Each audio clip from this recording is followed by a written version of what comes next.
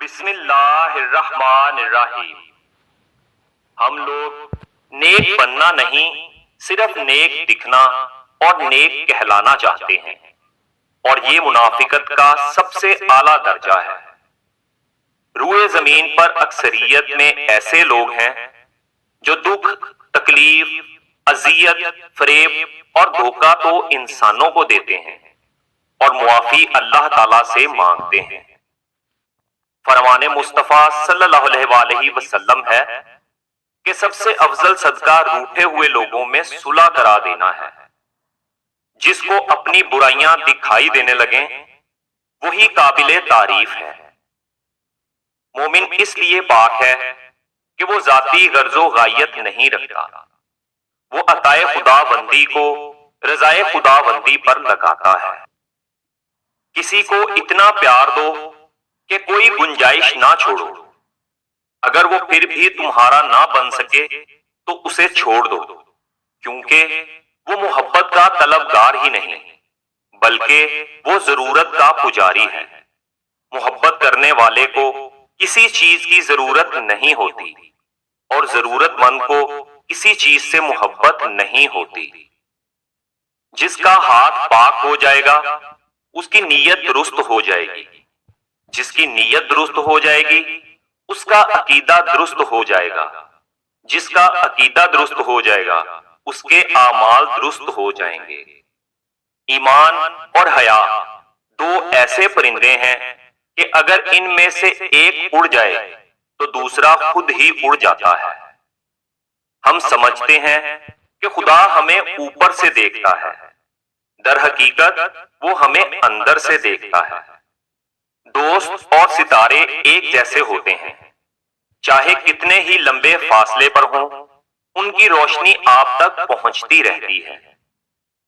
اس دنیا میں سب سے بڑی خیر مثبت سوچ ہے اور دنیا کا سب سے بڑا شر منفی سوچ۔ یہی میری زندگی کی آخری دریافت ہے۔ خوش نصیبی ایک ایسا پرندہ ہے جو تکبر کی منڈیر پر زیادہ دیر نہیں بیٹھتا۔ اپنے حصے کی غلطی کا اعتراف کر لینا کسی مسئلے کے حل کی طرف پہلا کامیاب قدم ہے۔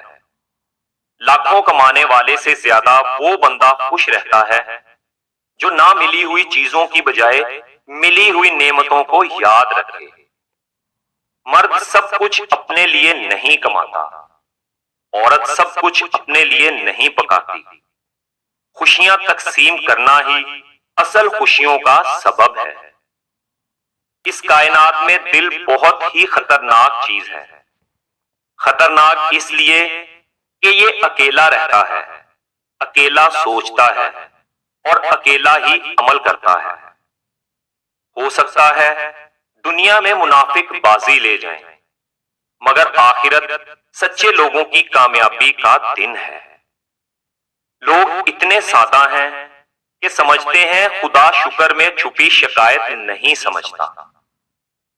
کسی دوسرے کی خوشیاں صرف اس وجہ سے خراب نہ کرو کیونکہ تم اپنی نہیں پا سکے۔ مشکل وقت میں دلاسا دینے والا کوئی اجنبی ہی کیوں نہ ہو دل میں اتر جاتا ہے، جبکہ مشکل وقت میں کنارہ کر لینے والا کوئی اپنا ہی کیوں نہ ہو دل سے اتر جاتا ہے۔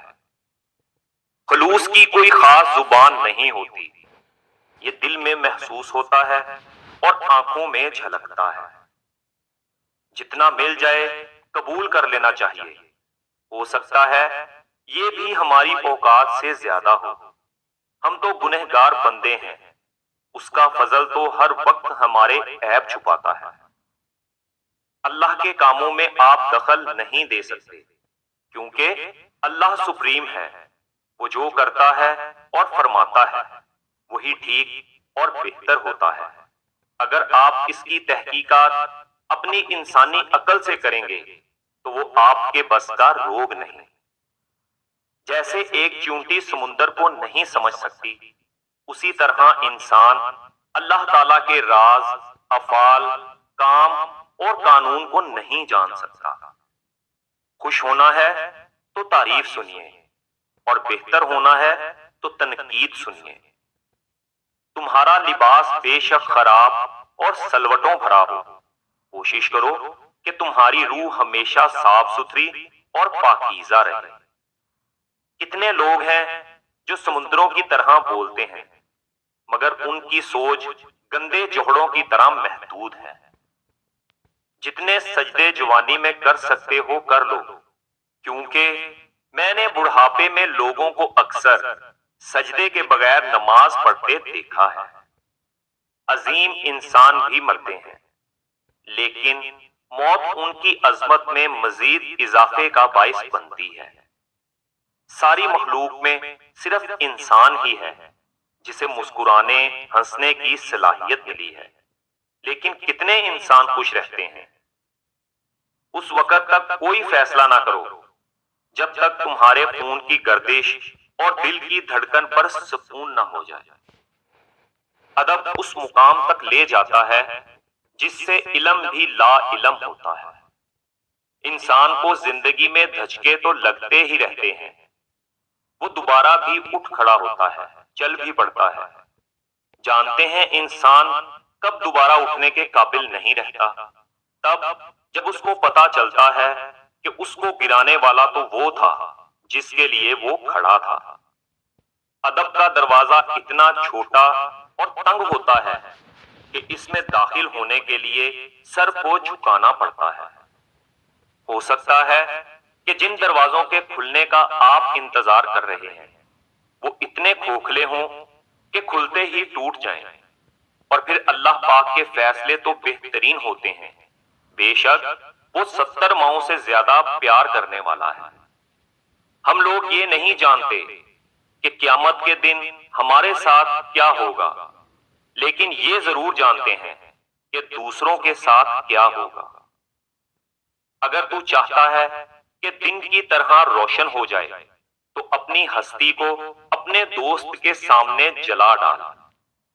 جب آپ مجھ میں کوئی عیب دیکھو تو مجھ سے کہو، کسی اور کو نہیں۔ مجھ سے کہو گے تو نصیحت کہلائے گی اور اجر لکھا جائے گا۔ اگر کسی اور سے کہو گے تو غیبت کہلائے گی اور گناہ لکھا جائے گا۔